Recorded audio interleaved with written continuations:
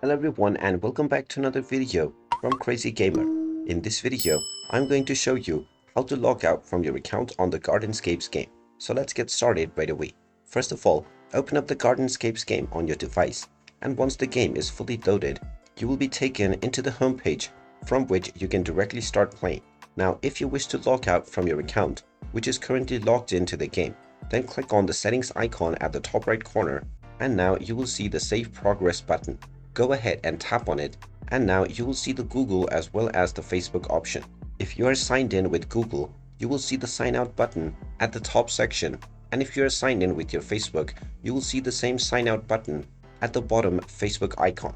Just tap on the sign out button, and now your game will be signed out from your account right away.